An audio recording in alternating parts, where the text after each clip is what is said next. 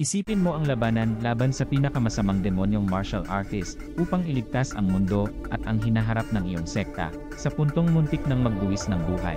Ngunit nagising ka 100 taon matapos at natutunan na ang dating kaluwalhasyan ng Mount Huasek ay nasa ilalim na ng pinakamababang punto at marami nang nakalimot sa sakripisyo ng sekta.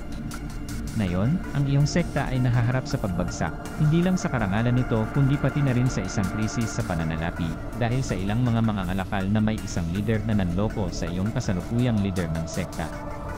Dahil sa iyo, isang tao mula sa nakaraan, naayos mo ang sitwasyon at tinulungan ang pagpapabuti ng martial arts ng iyong sekta sa pamamagitan ng mahigpit na pagsunod sa mga prinsipyong itinaguyod ng nakaraan at itinuturo ito sa mga kasalukuyang disipulo.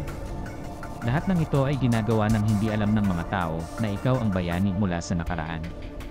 Ito ang kwento ng manhwa na Return of Mount Huasek at ng pangunahing tauhan nitong si Chang Yung na muling ipinanganak 100 taon sa hinaharap matapos mamatay. Matapos patumbahin ang pinakamatinding kasamaan sa kanyang panahon, ipinasa niya sa kanyang sarili ang responsibilidad na muling ibalik ang karangalan at kaluwalhasyan ng kanyang sekta para sa kapakanan ng mga pumanaw niyang kasama at sa kanyang nakatatandang leader na parang kapatid sa kanya.